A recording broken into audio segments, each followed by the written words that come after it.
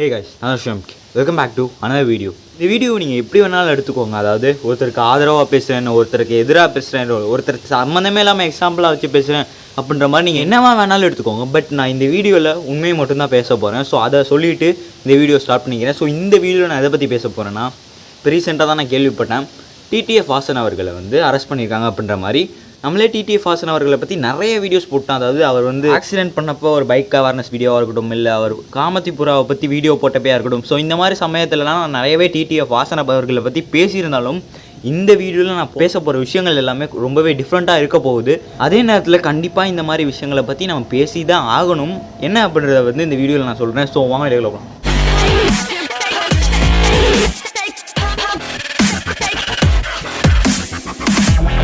So அதெல்லாம் பார்க்குறதுக்கு முன்னாடி ரீசெண்டாக இன்றைக்கி, அதாவது 30/5/2024 அனுப்பி ஒரு வீடியோ ரிலீஸ் ஆகிருக்கு. அதாவது டிடிஎஃப் வாசன் அவர்கள் அரெஸ்ட் பண்ணுறாங்க போலீஸ்லாம். ஸோ அப்போ அவர் சில விஷயங்கள் ஆவேசமாக பேசியிருந்தார். என்னென்னு பார்த்தீங்கன்னா, வீதிக்கு ஒரு டாஸ்மார்க் இருக்குது, அதெல்லாம் கேட்க மாட்டீங்க. பூனேயில் போர்ட்ஸ்காரை வச்சு ஒரு 17 வயசு பையன் 2 பேரை கொன்னா அந்த விஷயத்தை யாரும் கேட்க மாட்டீங்க. 23 வயசு நார்மல் பேக்ரவுண்ட்லேருந்து வந்த ஒரு பையனை இந்த மாதிரி தான் அரெஸ்ட் பண்ணுவீங்களா அப்படின்ற மாதிரி சில விஷயங்கள்லாம் பேசியிருந்தாரு. ஸோ இதெல்லாம் தாண்டி இங்கே நடந்த விஷயம் என்ன அப்படின்றத பற்றி நான் சொல்லிடுறேன். என்னன்னு பார்த்தீங்கன்னா, டிடிஎஃப் வாசன் அவர்கள் ஃபோன் பசிக்கிட்டே கார் ஓட்டுனார் அப்படின்ற ஒரு காரணத்தினால அவரை அரெஸ்ட் பண்ணியிருக்காங்க. அதாவது மோஸ்ட்லி எல்லாருக்குமே தெரிஞ்சிருக்கும்னு நினைக்கிறேன். அவரோட லைசன்ஸை பைக்கை ஸ்பீடாக ஓட்டினார் அப்படின்ற ஒரு காரணத்துக்காக பல கேஸ்கள்லாம் போட்டு அவரோட லைசன்ஸை ஒரு 10 வருஷத்துக்கு கேன்சல் பண்ணியிருந்தாங்க. ஸோ அந்த ஒரு காரணத்துக்காக அவர் கார் மட்டும், பைக் லைசன்ஸ் நான் சொல்கிறது, ஸோ கார் மட்டும் தான் ஓட்ட முடியும் அப்படின்ற மாதிரி ஒரு சுச்சுவேஷன். ஸோ அப்பையும் அவர் லாக்ஸ்லாம் பண்ணிட்டு இருந்தார். ஸோ இந்த டைமில் பார்த்தீங்கன்னா, காரில் போகும்போது ஃபோன் பேசிட்டு போனதை அது வீடியோவில் வந்திருக்கும் போல இருக்குது. ஸோ அதை பார்த்து அந்த ஒரு விஷயத்து மேலே கேஸ் போட்டு, அதாவது மக்களோட உயிருக்கு பாதிப்பு விளைவிக்கும் வகையில் நடந்து கொண்டது அப்படின்ற மாதிரி பேரில் கேஸ் போட்டு அவரை அரெஸ்ட் பண்ணுறாங்க. ஸோ இதெல்லாம் இருக்கட்டுமே, இதெல்லாம் தாண்டி சில விஷயங்கள் நான் உங்களுக்கு ரீகால் பண்ணணும், இல்லைனா புதுசாக சொல்லணும் அப்படின்ற மாதிரி நினைக்கிறேன். ஐ திங்க் ஒரு 2-3 மாதம், ஒரு 4-5 மாதம் கூட இருக்கலாம். 4-5 மாதத்துக்கு முன்னாடி ஒரு நியூஸ் வந்துச்சு. அதாவது நான் ஓப்பனாக பேசுகிறேன். என்னன்னு பார்த்தீங்கன்னா, இர்ஃபான்ஸ் வியூ அப்படின்ற மாதிரி உங்களுக்கு ஒரு சேனல் எல்லாருக்குமே தெரிஞ்சிருக்கும், கேள்விப்பட்டிருப்பீங்க அப்படின்ற மாதிரி நினைக்கிறேன். இர்ஃபான் மோஸ்ட்லி எல்லாருக்குமே தெரிஞ்சிருக்கும். ஸோ அவரோட கார், சொந்த கார் ஒரு பாட்டியை ஏற்றி அவங்க இறந்துட்டாங்க. ஸோ இந்த ஒரு விஷயத்தை ஞாபகம் வச்சுக்கோங்க. இப்போ ரீசெண்டாக 1 வாரம் 2 வாரத்துக்கு முன்னாடி அதே இர்ஃபான் அவர் அவரோட பிறக்க போகிற குழந்தைக்கு ஜெண்டர் ரிவீல் பண்ணிட்டாரு அப்படின்ற மாதிரி ஒரு பிரச்சனைகள்லாம் போயிடுச்சு. அதுக்கும் கேஸ் போட்டிருந்தாங்க. நான் சொல்கிறது மட்டும் கேளுங்க. ஸோ அப்படியே இன்னொரு சைடு வரேன்.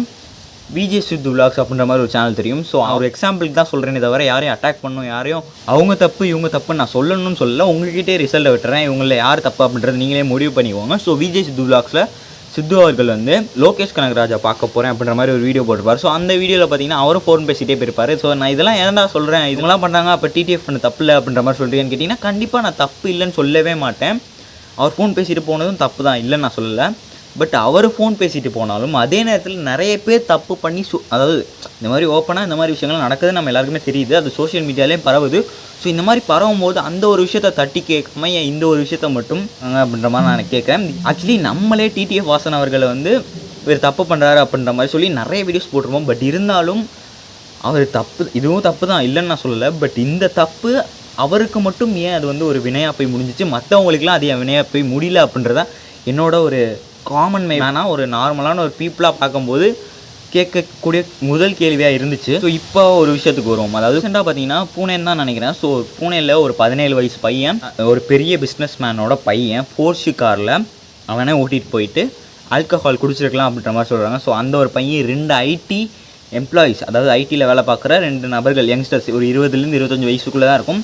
ஒரு பையன் ஒரு பொண்ணு, அவங்க 2 பேர்த்தையும் பண்ணும்போது ஸ்பீடாக போய், அதாவது ஒரு நைட்டு ஒரு 2 மணி இருக்கும்னு நினைக்கிறேன். ஸோ ஸ்பீடாக போய் ஏற்றி கொலை பண்ணியிருக்கான். ஸோ அந்த ஒரு விஷயத்தை மறைக்கணுன்றதுக்காக நிறைய விஷயங்கள் நடந்திருக்கு. ஸோ அந்த இடத்துலலாம் நம்ம கான்ஸ்டிடியூஷன், நம்ம லா எங்கே போச்சு அப்படின்ற மாதிரி எனக்கு தோணுது. ஸோ இதே நேரத்தில் நான் உங்கள்கிட்ட ஒரு எக்ஸாம்பிள் சொல்கிறேன்.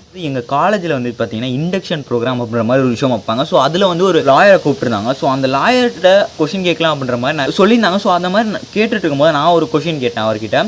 இந்தியாவோட க்ரைம் ரேட் எவ்வளோ இருக்கும் அப்படின்ற மாதிரி நினைக்கிறீங்க அப்படின்ற மாதிரி கேட்டேன். ஐ திங்க் க்ரைம் ரேட் இல்லை, க்ரைம் நடக்கிறத நம்மளோட கான்ஸ்டிடியூஷன் படி, அந்த லாஸை படி, அந்த க்ரைம் நடந்த க்ரைமுக்கு சரியான தண்டனை, அந்த மாதிரி விஷயங்கள்லாம் எவ்வளோ கிடைக்குது அப்படின்ற மாதிரி நினைக்கிறீங்க அப்படின்ற மாதிரி நான் ஒரு பெர்சன்டேஜில் சொல்லுங்கள் அப்படின்ற மாதிரி கேட்டிருந்தேன். அவர் பெர்சன்டேஜ் இதெல்லாம் சொல்கிறது கஷ்டம் அப்படின்ற மாதிரி சொன்னார்.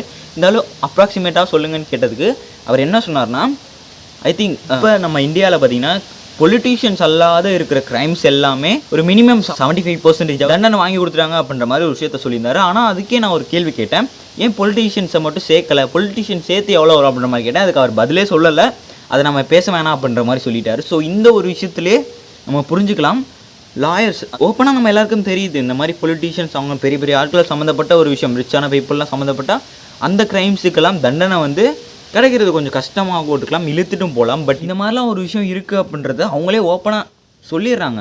ஸோ உலகம் பூரா எவ்வளோ பிரச்சனைகள் போயிட்டு இருக்கும்போது நம்ம முதல் பிரச்சனையாக என்ன பார்க்கணுன்னா, ஒரு குற்றம் நடந்துச்சுன்னா அதுக்கான தண்டனை கரெக்டாக எல்லாருக்கும் ஈக்குவலாக கிடைக்கணும் அப்படின்ற ஒரு விஷயம் தான் நானும் விரும்புவேன், எல்லோரும் விரும்புவாங்க. ஸோ அதை சொல்லி இந்த வீடியோ முடிச்சுக்கலாம்னு நினைக்கிறேன். ஸோ இதுக்கப்புறம் என்ன ஒரு ஒப்பீனியன் இருந்தாலும் உங்ககிட்டே விட்டுறேன். இதுக்கப்புறம் என்ன ஒரு தப்பு இது கரெக்ட் அப்படின்ற மாதிரி நீங்கள் சொன்னீங்கனாலும் அதை உங்ககிட்டே விட்டுறேன். கமெண்ட் பாக்ஸில் கமெண்ட் பண்ணுங்கள். ஸோ இந்த வீடியோ இதோட முடிச்சுக்கலாம்னு நினைக்கிறேன். So bye.